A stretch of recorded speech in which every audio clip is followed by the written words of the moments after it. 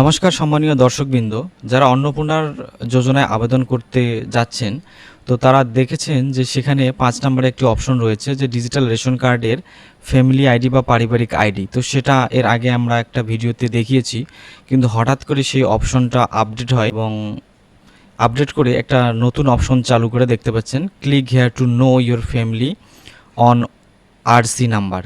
তো এবারে এই নতুন অপশন থেকে কিন্তু খুব সহজেই আপনারা আপনাদের ডিজিটাল রেশন কার্ডের ফ্যামিলি আইডি দেখতে পারবেন।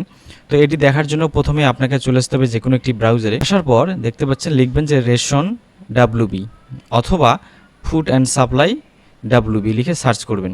সার্চ করার সাথে সাথে দেখতে পাচ্ছেন প্রথমে যে লিঙ্ক চলে আসবে food and supplies department government of West Bengal, এই লিঙ্কটির উপরে ক্লিক করবেন।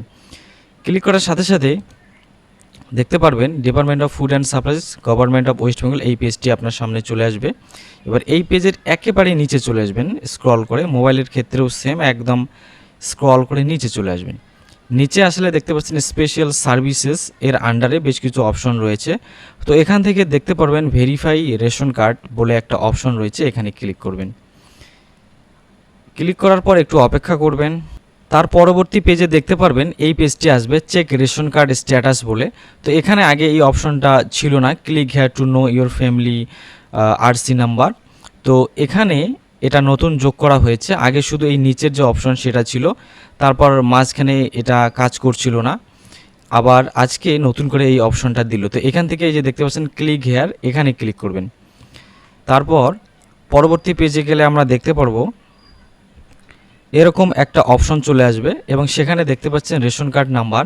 তো এই যে বক্সটা রয়েছে এখানে আপনার রেশন কার্ডের নাম্বার দেবেন এবং এরপর নিচে দেখতে পাচ্ছেন এই যে বাঁ দিকে যে ক্যাপচা রয়েছে, এই ক্যাপচা দেখে দেখে এই ডান দিকের ঘরে বসিয়ে দেবেন এবং তারপর এখান থেকে সার্চে ক্লিক করবেন। সার্চে ক্লিক করার সাথে সাথে নিচে কিন্তু দেখতে পারবেন প্রথমে রয়েছে আরসি ক্যাটাগরি, আপনার রেশন কার্ডের যে ক্যাটাগরি রয়েছে সেটা এখানে শো করবে, সে পিএইচএস বা এসপিএইচএস আর কে এসওয়াই 1 বা 2। একটা কথা বলে রাখি, উপরে যখন রেশন কার্ড নাম্বার দেবেন সেখানে কিন্তু আপনি এই পিএইচএস বা ওয়াই এসপিএইচএস এই নাম্বারগুলো দেবেন না, লেখাগুলো শুধু নাম্বারটা দেবেন রেশন কার্ডের। তারপরে রেশন কার্ড হোল্ডারের নাম দেখাবে নিচে এবং তার নিচে দেখতে পাচ্ছেন অন আরসি ফ্যামিলি আইডি, এই যে দেখতে পাচ্ছেন, এবং ঠিক তার নিচে রয়েছে মেম্বার আইডি। তো মেম্বার আইডি আমাদের লাগবে না, এখান থেকে এই যে উপরে দেখতে পাচ্ছেন ফ্যামিলি আইডি, এই ফ্যামিলি আইডিটা কিন্তু লিখে নেবেন অথবা এটাকে দেখে দেখে আপনি অন্নপূর্ণা ভাণ্ডারে লিখতে পারবেন। তো এইভাবে এই নতুন পদ্ধতিতে কিন্তু আপনি খুব সহজে আপনার ফ্যামিলি আইডি দেখতে পারবেন এবং পরবর্তী সময় সরকারি প্রকল্পের আপডেট পেতে আমাদের চ্যানেলটিকে সাবস্ক্রাইব করে পাশে থাকবেন।